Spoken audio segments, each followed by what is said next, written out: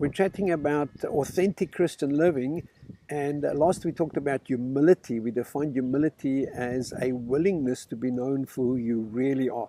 We said it was a willingness because it was an attitude of the heart, and this willingness to be known for the real you, who you really are. Now today I'd like to talk about what humility is not. First of all, humility is not inferiority, or inferiority is not humility. Both inferiority and superiority are actually based in pride, because neither of them are true to who you really are.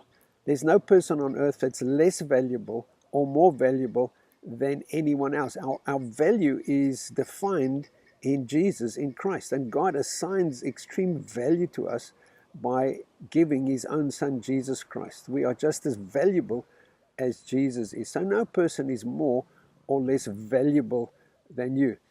The problem I've discovered, many people that struggle with inferiority, a lot of that's based in a spirit of comparison, where they compare themselves with other people and then they feel less or more than other people. Now, a spirit of comparison leads to both superiority and inferiority. And Paul writes in 2 Corinthians 10 verse 12, he talks about people commending themselves. He says we don't compare ourselves with those who commend themselves. So there is a way of commending yourself that's proud or arrogant. But Paul says, and when people compare themselves amongst themselves, they are dealing unwisely or foolishly. Now, Paul doesn't say it's a sin to compare yourself with others. He just says it's stupid, it's foolish, it's unintelligent, because there's only one person we compare ourselves with, and that is Jesus. Jesus is our prototype.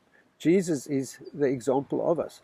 So why on earth compare ourselves with anyone else when we've got Jesus, the perfect model, to compare ourselves with? Now, it's true, when we compare ourselves with Jesus, we see we come far short of being like Jesus. We're far from being conformed to the image of Christ. But he doesn't discard us or reject us for not being like him. He encourages us and helps us to be more like him. So I'd like to encourage you, if you've been struggling with inferiority and it's been based in a spirit of comparison, to come to that place where you reject and renounce that attitude of comparison and only compare yourself with Jesus. The second thing that humility is not weakness. Jesus was humble, but he wasn't a weakling. He went into the temple and he turned over the tables of those that were exchanging money, and they turned the house of prayer into a trading place. Jesus was meek and humble. Now in Matthew 5 verse 5 it says, "Blessed are the meek, for they shall inherit the earth." And the picture of meekness we have of a wild stallion that's been tamed. When he's got the bit and the bridle in this former wild, strong stallion, all that power and strength and speed is under control.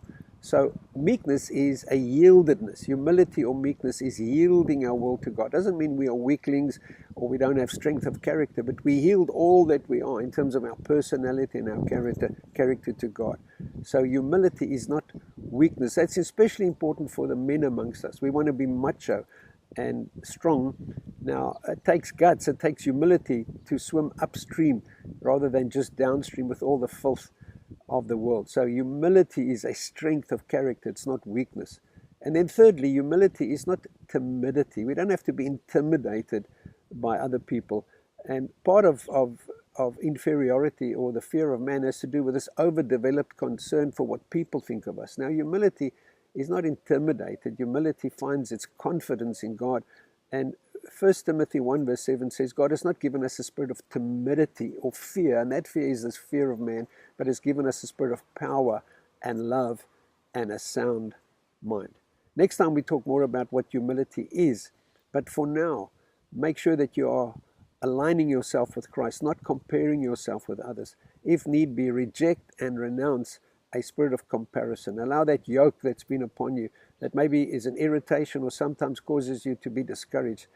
Give that to Jesus. Jesus came to break the yoke and set the captives free. Reject and renounce a spirit of comparison and walk in humility before God.